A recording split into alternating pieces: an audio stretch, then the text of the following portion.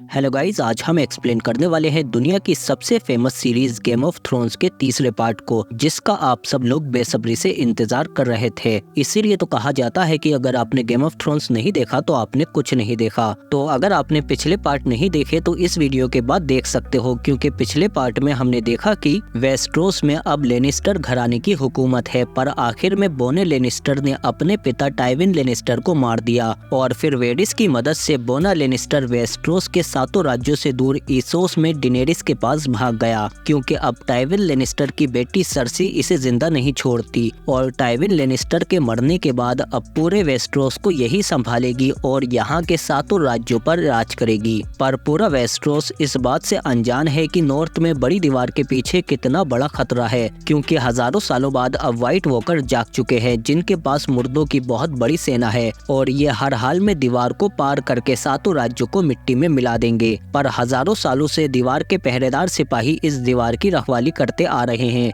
जिनमें Jon Snow भी शामिल है और इस दीवार को हजारों साल पहले इन व्हाइट वॉकर्स को रोकने के लिए ही बनाया गया था। पर दीवार की दूसरी तरफ बर्फीले इलाके में कुछ जंगली भी रहते हैं और इसी इलाके में व्हाइट वॉकर भी नींद से जाग चुके हैं। जब ये दीवार की तरफ बढ़ेंगे तो ये सबसे पहले जंगलियों को मार देंगे, इसीलिए जंगली हर हाल में दीवार को पार करना चाहते हैं और इसीलिए इन्होंने दीवार पर हमला भी किया था, ताकि ये दीवार को पार करके दूसरी तरफ जा सके। पर दीवार के सिपाहियों ने इन्हें पहले ही रोक दिया। पर जंगलियों के पास 1 लाख से भी ज्यादा लोगों की फौज थी जो दीवार पर दोबारा हमला करने की तैयारी कर रहे थे। पर तभी स्टेनिस बराथियन आकर इन सभी जंगलियों को घेर लेता है और इनके सरदार मेंस को बंदी बनाकर दीवार पर ले जाता है। और इधर वेस्ट्रोस से दूर इस्सोस में डिनेरिस टारगेरियन भी अपनी सेना बढ़ाती जा रही है, ताकि ये वेस्ट्रोस के सातों राज्यों पर हमला करके उन्हें वापस जीत सके, क्योंकि सैकड़ों सालों से वेस्ट्रोस पर टारगेरियन घराने की हुकूमत थी। पर रॉबर्ट बराथियन, नेड स्टार्क और लेनिस्टर ने मिलकर इसके पिता एरिस टारगेरियन को मारकर वेस्ट्रोस पर कब्जा कर लिया और जान बचाने के लिए डिनेरिस को यहाँ से दूर इस्सोस में भागना पड़ा। पर अब डिनेरिस के पास बड़ी सेना के साथ 3 शक्तिशाली ड्रैगन भी हैं और जोरा इसका सबसे वफादार सिपाही है। पर असली खतरा तो दीवार के दूसरी तरफ है। तो क्या डिनेरिस अपने ड्रैगन के साथ इन्हें रोक पाएगी? चलिए पता लगाते हैं। तो सीजन 5 की शुरुआत में हम देखते हैं कि लाल जादूगरनी मेलिसेंड्रा जॉन स्नो को स्टेनिस बराथियन के पास लेकर आती है और फिर स्टेनिस बराथियन जॉन स्नो से कहता है कि तुम जंगलियों को समझाओ कि अगर वो मेरे सामने घुटने टेक दें तो मैं उन्हें दीवार के इस पार नॉर्थ में रहने दूंगा। पर अभी नॉर्थ में रूज बाल्टन और उसके बेटे रेमसी का कब्जा है, पर हम जंग करके उनसे नॉर्थ का विंटरफेल वापस ले लेंगे, जो उन्होंने तुम्हारे भाई रोब स्टार्क को मारकर हथियाया था। पर तुम्हें पहले जंगलियों को मनाना होगा वो मेरे साथ मिलकर नॉर्थ के खिलाफ जंग लड़ें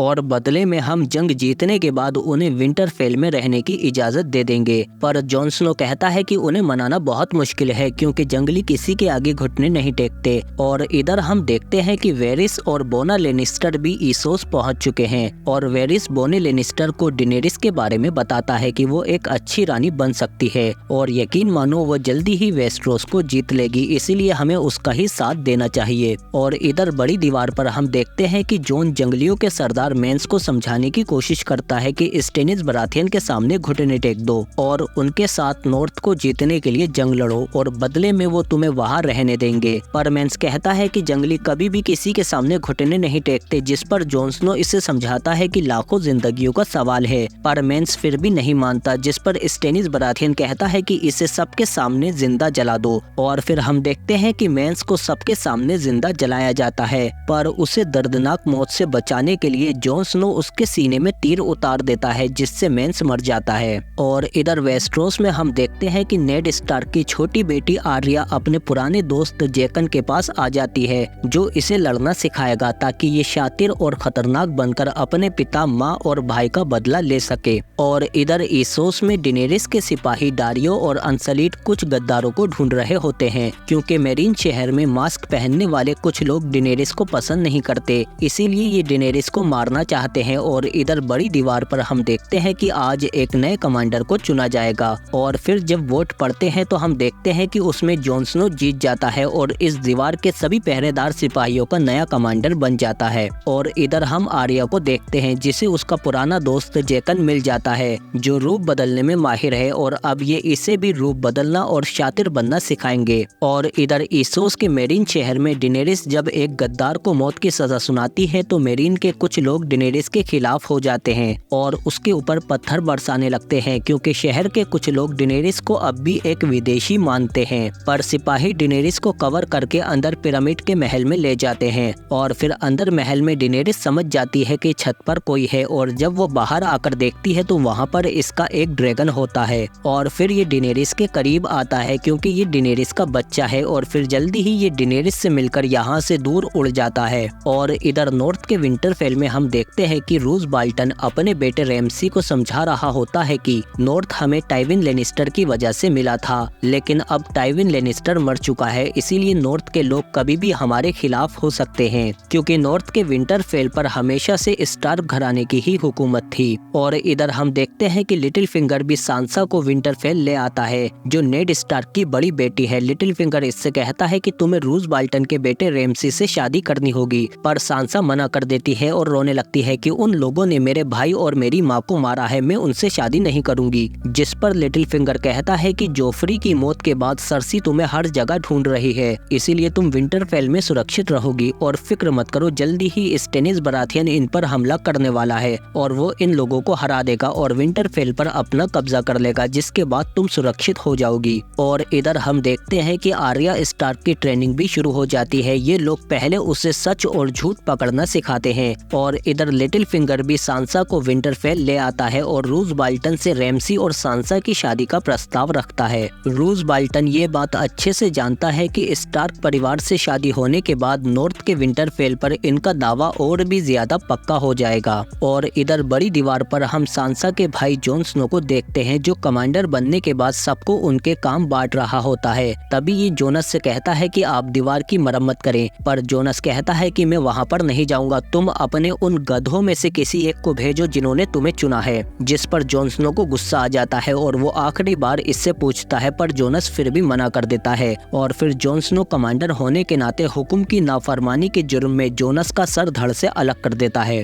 और स्टेनिस भी जॉन स्नो को देखकर काफी इम्प्रेस हो जाता है। और इधर जोरा भी बोने लेनिस्टर को देख लेता है, जो डेनेरिस टारगेरियन का दुश्मन है, इसीलिए जोरा इसे पकड़कर अपने साथ ले जाता है। और इधर बड़ी दीवार पर स्टेनिस अपनी जादूगरनी मेलिसेंड्रा से कहता है कि जल्दी ही सर्दियां बढ़ने वाली हैं, उससे पहले ही हमें नॉर्थ के विंटरफेल पर हमला करना होगा। और इधर लिटिल फिंगर भी सांसा से कहता है कि मैं जरूरी काम से वेस्टरोस जा रहा हूँ, तुम अपना ख्याल रखना और फिक्र मत करो, जल्दी ही स्टेनिस बराथियन यहाँ पर हमला कर देगा। और इधर एसोस के मेरीन शहर में हम देखते हैं कि शहर के बहुत से लोग डेनेरिस के खिलाफ हो गए हैं और इनका ग्रुप चेहरों पर एक खास तरह का मास्क लगाता है, जिन्हें मास्कमैन कहा जाता है। और फिर ये डेनेरिस की सेना के सिपाहियों को घेर लेते हैं और उन्हें मारना शुरू कर देते हैं। पर डेनेरिस के अनसलीट सिपाही काफी बहादुरी से लड़ते हैं, पर इन दुश्मनों की तादाद बहुत ज्यादा है और काफी लड़ने के बाद भी ये सिपाहियों को चारों तरफ से घेर कर मार रहे होते हैं। और अब बस ग्रेहोम और उसके कुछ सिपाही ही बचते हैं और जल्दी ही ग्रेहोम भी जख्मी हो जाता है और ये दुश्मन उसके बचे हुए सिपाहियों को भी मार देते हैं और अब ग्रेहोम अकेला बचा है। पर तभी यहाँ पर सर बेरिस्टन आ जाते हैं और हम देखते हैं कि सर बेरिस्टन एक काफी तजुर्बेकार सिपाही हैं। वो अकेले ही काफी सारे दुश्मनों को मार गिराते हैं, पर जल्दी ही ये भी जख्मी हो जाते हैं और मास्कमैन इन्हें भी घेर कर मार देते हैं। पर ग्रेहोम भी आखिरी बचे हुए दुश्मनों को मार देता है।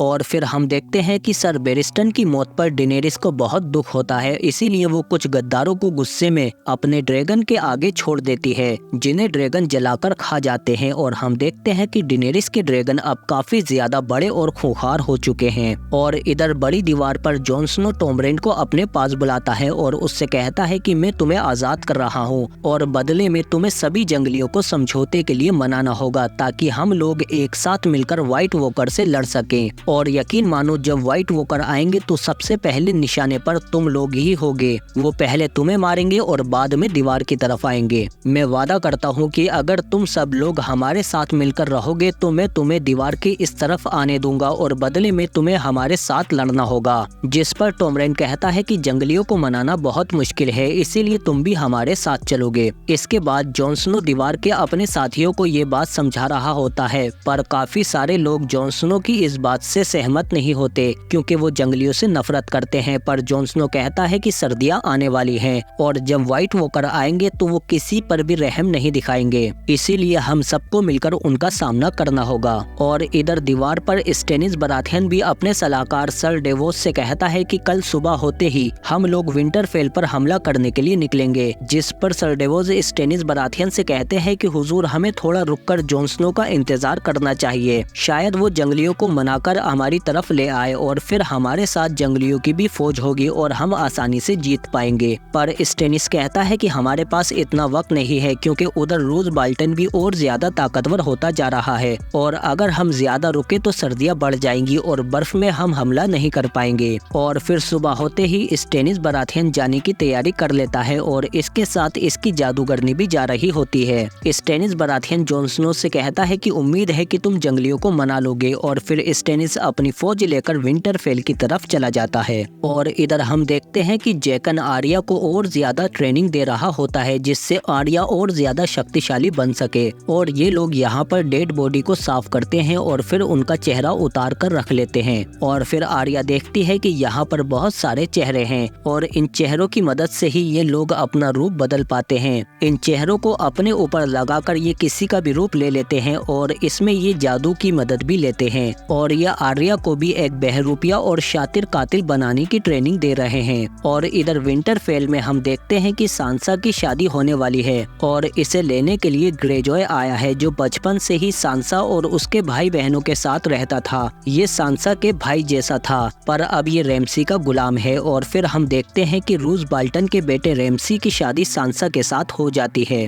और फिर इसके बाद रैमसी सांसा को अपने साथ कमरे में ले जाता है। रैमसी एक साइकोपैथ है, इसीलिए वो अपने गुलाम से कहता है कि भूल कर भी कमरे से बाहर मत जाना। और फिर वो इसके सामने ही सांसा का जबरदस्ती बलात्कार कर देता है और ग्रेजॉय बेबसी से देखता रहता है। और इधर बड़ी दीवार पर जॉन स्नो भी जंगलियों के साथ दीवार की दूसरी तरफ चला जाता है ताकि ये बाकी जंगलियों को अपने साथ आने के लिए मना सके। और इधर विंटरफेल में हम देखते हैं कि सुबह सांसा के शरीर पर बहुत जगह चोटों के निशान होते हैं, क्योंकि रैमसी ने इसे पूरी रात मारा है, क्योंकि इसमें रैमसी को मजा आता है। और इधर हम देखते हैं कि स्टेनिस बराथियन की फौज बर्फ में फंस चुकी है और सर डेवोस स्टेनिस को बताते हैं कि हमारे 40 से ज्यादा घोड़े मारे गए हैं और खाना भी खत्म होता जा रहा है। हमारे सैनिकों को बर्फ में लड़ने की आदत नहीं है, इसीलिए हमें बड़ी दीवार पर वापस चले जाना चाहिए और सही वक्त का इंतजार करके हम वापस हमला कर सकते हैं। पर स्टेनिस कहता है कि अगर मैं वापस गया तो भगोड़ा राजा कहलाऊंगा, इसीलिए हम आगे बढ़ेंगे। और फिर सर डेवोस के जाने के बाद जादूगरनी मेलिसेंड्रा स्टेनिस से कहती है कि जल्दी ही सर्दियां आने वाली हैं, इसीलिए व्हाइट वॉकर जल्दी ही हमला करेंगे और उनकी मुर्दों की सेना किसी को जिंदा नहीं छोड़ेगी। इसीलिए आपको नया महाराज बनना होगा ताकि आप सबको एकजुट करके एक साथ लड़ पाएं। सिर्फ आप ही व्हाइट वॉकर को रोक सकते हैं, इसीलिए आपको अपनी बेटी की बलि देनी होगी ताकि देवता आपसे खुश होकर आपको जीत दिला दे।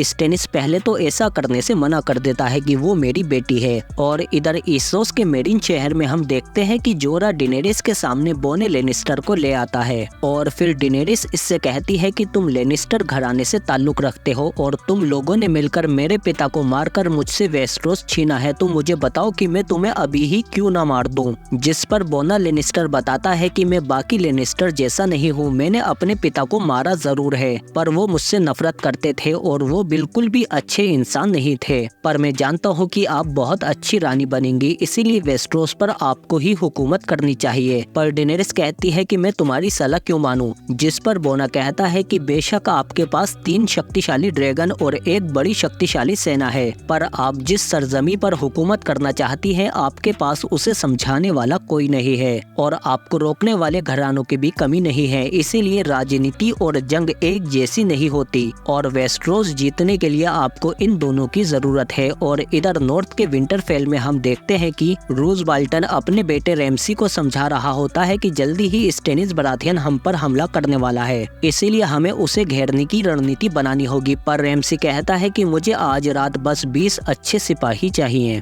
और इधर हम देखते हैं कि डिनेरिस बोने लेनिस्टर से खुश होकर उसे अपना सलाहकार बना लेती है, क्योंकि इसे वेस्टरोस के बारे में काफी जानकारी है। और इधर विंटरफेल के रास्ते में हम देखते हैं कि स्टेनिस बराथियन के खेमों में रात को आग लगा दी जाती है और रैमसी इनके काफी सारे सिपाहियों को चुपके से मार देता है और इनका ज्यादातर खाना भी तबाह हो जाता है। स्टेनिस अपने सलाहकार डेवोस से कहते हैं कि कुछ सिपाहियों को लेकर बड़ी दीवार पर जाओ और वहाँ के कमांडर से कहना कि हमारे लिए कुछ खाना घोड़े और कुछ सिपाही भेजें और मैं वादा करता हूँ कि जंग जीतने के बाद मैं उन्हें दीवार की पहरेदारी करने के लिए काफी सारे सिपाही दूंगा। और बाहर हम देखते हैं कि स्टेनिस की फौज की हालत ठंड की वजह से बहुत ज्यादा खराब होती जा रही है और सर डेवोस फौरन मदद के लिए दीवार की तरफ चले जाते हैं। और इधर हम देखते हैं कि आर्या भी अपनी ट्रेनिंग के दौरान सराय में आती है और तभी ये एक दुश्मन को देखती है जो इसके पिता की हत्या में जोफ्री के साथ था। और इधर विंटरफेल के रास्ते में हम देखते हैं कि स्टेनिस बराथियन की जादूगरनी मेलिसेंड्रा के कहने पर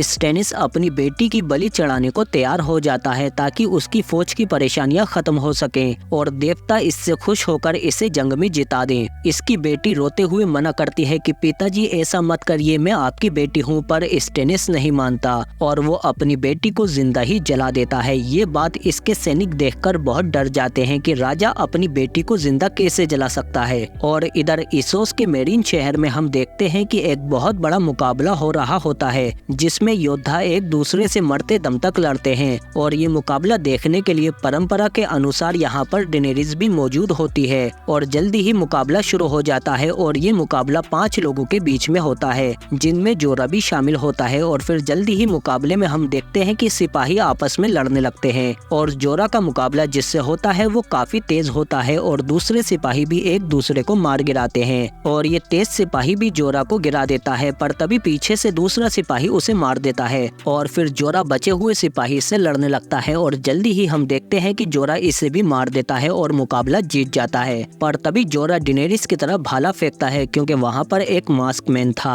और फिर हम देखते हैं कि यहाँ पर बहुत सारे मास्कमैन हैं जो जल्दी ही लोगों को मारने लगते हैं और ये डेनेरिस के दुश्मन हैं। और फिर चारों तरफ खून खराबा शुरू हो जाता है और डारियो सिपाहियों के साथ मिलकर रानी की हिफाजत करता है, पर यहाँ पर बहुत सारे मास्कमैन हैं जो सिपाहियों को घेर घेर कर मारने लगते हैं। पर जोरा और डारियो किसी को भी डेनेरिस के पास आने नहीं देते और फिर ये डेनेरिस को मैदान में नीचे उतार कर बाहर निकालने की कोशिश करते हैं, पर मास्कमैन बाहर से दरवाजा बंद कर देते हैं, इसीलिए ये डेनेरिस को दूसरी तरफ ले जाने लगते हैं। पर तभी मैदान में बहुत सारे मास्कमैन आ जाते हैं और फिर ये सब लोग मिलकर डेनेरिस को चारों तरफ से घेर लेते हैं और डेनेरिस के पास अब काफी कम सिपाही होते हैं और मास्कमैन की तादाद बहुत ज्यादा है। डेनेरिस के सिपाही जोरा और डारियो मिलकर इनसे लड़ते हैं, पर ये सब इन मास्कमैन को नहीं रोक पाएंगे। तभी डेनेरिस अपनी आंखें बंद करती है और यहाँ पर आग बरसाते हुए इसका ड्रैगन आ जाता है और घूमते हुए मैदान के अंदर आने लगता है, जिसे देखकर सभी की सांसें रुक जाती हैं और फिर जल्दी ही ड्रैगन मैदान में उतर आता है। मास्कमैन जैसे ही डेनेरिस की तरफ बढ़ता है तो ड्रैगन उसे चबाकर दूर फेंक देता है और फिर मास्कमैन को अपनी आग से जलाकर मारना शुरू कर देता है। और ड्रैगन इतने गुस्से में है कि वो किसी भी मास्कमैन को नहीं छोड़ता कि उसकी माँ को हाथ लगाने की तुमने हिम्मत कैसे की। मास्कमैन ड्रैगन पर भाले फेंकते हैं पर उससे भी ड्रैगन को कुछ नहीं होता और ये उन्हें चबाकर फेंक देता है। तभी डेनेरिस अपने ड्रैगन के पास आती है और उसका भाला निकालकर उसे शांत करने की कोशिश करती है और शांत होने के बाद ये ड्रैगन के ऊपर चढ़ जाती है और हम देखते हैं कि ड्रैगन मैदान में से उड़कर डेनेरिस को अपने साथ यहाँ से दूर ले जाता है। और इधर हम स्टेनिस को देखते हैं जिसकी बीवी ने फांसी लगाकर खुदकुशी कर ली है और तभी इसका सिपाही आकर बताता है कि महाराज हमारी आधी सेना भाग चुकी है क्योंकि वो ऐसे राजा का साथ देना नहीं चाहते जिसने अपनी बेटी को जिंदा जला दिया हो। पर आधी सेना जाने के बाद भी स्टेनिस पीछे नहीं हटता, वो कहता है कि हम अब भी जंग लड़ेंगे और वो आगे जंग के लिए बढ़ जाता है। और इधर रूज बाल्टन और उसका बेटा रेमसी भी जंग के लिए आ जाता है क्योंकि इन्होंने बहुत बड़ी सेना तैयार कर ली है। और फिर हम देखते हैं कि जल्दी ही ये दोनों सेनाएं आपस में एक दूसरे पर हमला करना शुरू कर देती हैं। पर रूज बाल्टन की सेना बहुत बड़ी है और दूर से सांसा भी इन्हें देखकर समझ जाती है कि स्टेनिस बराथियन नहीं जीत पाएगा, इसीलिए वो यहाँ से भागने की तैयारी करती है। और होता भी ऐसा ही है, जंग शुरू होते ही खत्म हो जाती है और स्टेनिस के सारे लोग मारे जाते हैं। पर आखिर में जख्मी होने के बावजूद भी स्टेनिस बराथियन काफी सारे सैनिकों को मार गिराता है, पर आखिर में वो भी मारा जाता है। और इधर रेमसी भी बचे हुए सिपाहियों को मार देता है और ये जंग जीत जाता है। और इधर सांसा भी भागने की कोशिश कर रही होती है, पर तभी रेमसी की गर्लफ्रेंड उसे रोक लेती है। पर तभी पीछे से ग्रेजॉय आकर उसे नीचे फेंक देता है और सांसा को लेकर यहाँ से भाग जाता है और फिर ये दोनों महल की दीवार से कूदकर बाहर भाग जाते हैं। और इधर हम देखते हैं कि आर्या स्टार्क भी अपने पिता के कातिल के पास आ जाती है जो चेहरा बदले हुए है और तभी ये अपना चेहरा उतार कर इसकी आंखें फोड़ देती है और फिर इसके मुंह में कपड़ा ठूस कर इससे कहती है कि तुम जानते हो कि मैं कौन हूँ, मैं आर्या आर्या स्टार्क खून नेड स्टार्क की बेटी और फिर ये इसका गला काटकर इसे मार देती है क्योंकि आर्या अब एक शातिर कातिल बन चुकी है। और इधर मेरीन शहर में हम देखते हैं कि जोरा और डारियो अपनी रानी के लिए परेशान होते हैं क्योंकि इन्हें नहीं पता कि वो ड्रैगन के साथ कहां उड़कर चली गई। इसीलिए ये दोनों बॉनी लेनिस्टर से कहते हैं कि तुम शहर को संभालो, हम अपनी रानी को ढूंढने के लिए जा रहे हैं। और फिर इधर हम देखते हैं कि डेनेरिस अपने ड्रैगन से कहती है कि तुम मुझे कितनी दूर ले आए हो, क्या तुम मुझे वापस मेरीन शहर ले जा सकते हो। पर ड्रैगन इसकी बातों का जवाब नहीं देता और डेनेरिस की बात भी नहीं मानता क्योंकि अभी इसका आराम करने का मूड है, इसीलिए ये सो जाता है। और फिर डेनेरिस खाने की तलाश में इसे छोड़कर काफी दूर निकल आती है। तभी डेनेरिस दोथराकियों को देखकर अपनी अंगूठी नीचे फेंक देती है और हम देखते हैं कि यहाँ पर दोथराकियों की एक बहुत बड़ी सेना आ जाती है जो बहुत ही ज्यादा है और ये चारों तरफ घूमकर डेनेरिस को घेर लेते हैं क्योंकि खाल ड्रोगो के बाद ये सब डेनेरिस को छोड़कर चले गए थे और अब इनका नया सरदार कोई और बन गया है। और इधर हम देखते हैं कि जॉन स्नो टॉमरन के साथ जंगलियों के बीच में आ जाता है जहाँ पर बहुत सारे जंगली हैं। और फिर जॉन स्नो यहाँ पर मौजूद जंगलियों के सरदार से जाकर बात करता है और उनसे कहता है कि तुम भी जानते हो कि खतरा लगातार हमारी तरफ आ रहा है और व्हाइट वॉकर को फर्क नहीं पड़ता कि तुम जंगली हो या हम पहरेदार हैं क्योंकि हम सभी उनकी सेना का खाना बनने वाले हैं। पर अगर हम सब एक साथ मिलकर उनसे लड़े तो हम शायद उन्हें हरा सकते हैं क्योंकि ड्रैगन ब्लेड से उन्हें मारा जा सकता है। इसीलिए हमारा साथ दो और हम दीवार के उस पार तुम्हें खेती करने के लिए जमीन भी देंगे, पर बदले में तुम्हें हमारे साथ मिलकर लड़ना होगा। टॉमरन कहता है कि हमें इसकी जरूरत है। इसीलिए कर्सी कहती है कि अगर टॉमरन को इस पर भरोसा है तो मैं भी इस पर भरोसा करती हूँ और जाइंट भी इस पर भरोसा करता है। और फिर हम देखते हैं कि जॉन स्नो इन सभी को अपने साथ जहाजों में ले जाने के लिए छोटी छोटी नावों में बिठा रहा होता है और कर्सी भी पहले अपने दोनों बच्चों को नावों में बिठाती है। पर तभी ये देखते हैं कि यहाँ पर व्हाइट वॉकर अपनी मुर्दों की सेना के साथ आ रहे हैं, इसीलिए बचे हुए जंगली जहाजों की तरफ भागने लगते हैं। जॉन स्नो अपने साथियों से कहता है कि मेरे साथ आओ क्योंकि बहुत सारे मुर्दे दरवाजा तोड़कर अंदर आने लगते हैं। इसीलिए जॉन स्नो जाकर उन्हें रोकने की कोशिश करता है और फिर हम देखते हैं कि ये सभी लोग मुर्दों की सेना से लड़ने लगते हैं जो काफी ज्यादा है। पर जॉन स्नो के साथ कर्सी और बाकी सारे जंगली भी लड़ रहे होते हैं। तभी जॉन स्नो पहली बार पहाड़ के ऊपर व्हाइट वॉकर को देखता है जो घोड़ों पर बैठे होते हैं। जॉन फौरन अंदर जाकर ड्रैगन ग्लास लाने की कोशिश करता है और लड़ते हुए अंदर जाने लगता है। तभी खेमे में से जाइंट बाहर निकलकर आता है जो बहुत ही बड़ा है, पर ये मुर्दे उसे भी नहीं छोड़ते। पर जाइंट अपने पैरों से इन मुर्दों को मसलने लगता है और जॉन स्नो अंदर चला जाता है। पर तभी आग में से निकलकर एक व्हाइट वॉकर इनके सामने आ जाता है। जंगली उससे लड़ने की कोशिश करता है पर वो व्हाइट वॉकर एक ही झटके में इसे मार देता है और इसी दौरान जॉन स्नो की तलवार भी बाहर गिर जाती है। और जब व्हाइट वॉकर इस पर हमला करता है तो जॉन स्नो दूसरी तलवार उठाकर जैसे ही हमला करता है तो इसकी तलवार चकनाचूर हो जाती है। इसीलिए व्हाइट वॉकर को मारना नामुमकिन है। जॉन स्नो इससे बचकर फौरन बाहर की तरफ भागता है और अपनी तलवार उठा लेता है, पर व्हाइट वॉकर भी इसके पीछे आ रहा होता है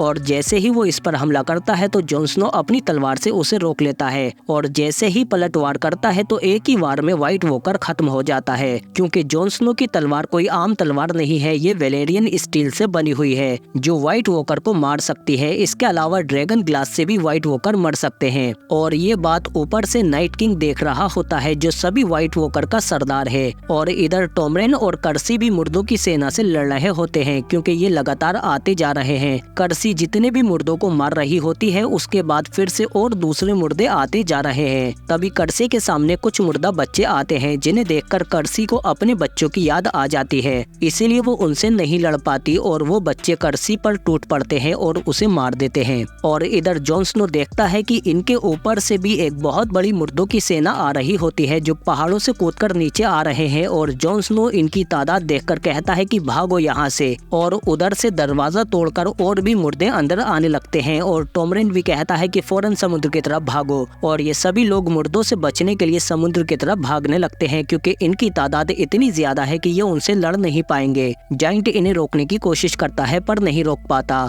जॉन स्नो फौरन जाकर अपने साथियों के साथ नाव में बैठ जाता है और जहाज की तरफ जाने लगता है। और उधर जाइंट भी मुर्दों को मारकर समुद्र की तरफ बढ़ने लगता है क्योंकि मुर्दे समुद्र में नहीं आएंगे। जॉन स्नो देखता है कि जो जंगली पीछे रह जाते हैं उन्हें मुर्दों की सेना बहुत ही बेरहमी से मार रही होती है और जल्दी ही सभी बचे हुए जंगलियों को ये लोग मार देते हैं और ये अपने साथियों के लिए कुछ नहीं कर पाते। तभी नाइट किंग निकलकर इनके सामने आता है और ये जॉन स्नो को घूरने लगता है और तभी ये अपने हाथ उठाता है और हम देखते हैं कि जिन जंगलियों को मुर्दा सेना ने मारा है वो सभी मुर्दे बनकर वापस से जिंदा हो जाते हैं और अब ये भी नाइट किंग की मुर्दा सेना में शामिल हो जाते हैं और इस तरह से नाइट किंग की सेना और भी बढ़ती जा रही है। मतलब ये जितने लोगों को मारेंगे वो सब इनकी सेना में शामिल हो जाएंगे और फिर जॉन स्नो अपने साथ बचे हुए जंगलियों को ले जाता है और फिर थोड़ी देर बाद हम देखते हैं कि जॉन स्नो सभी जंगलियों को लेकर दीवार के पास आ जाता है और दीवार पर मौजूद कमांडर इसे देखकर दीवार के दरवाजे खोल देते हैं और जल्दी ही सभी जंगली दीवार के अंदर आ जाते हैं। पर बहुत से दीवार के पहरेदार इन जंगलियों को देखकर खुश नहीं होते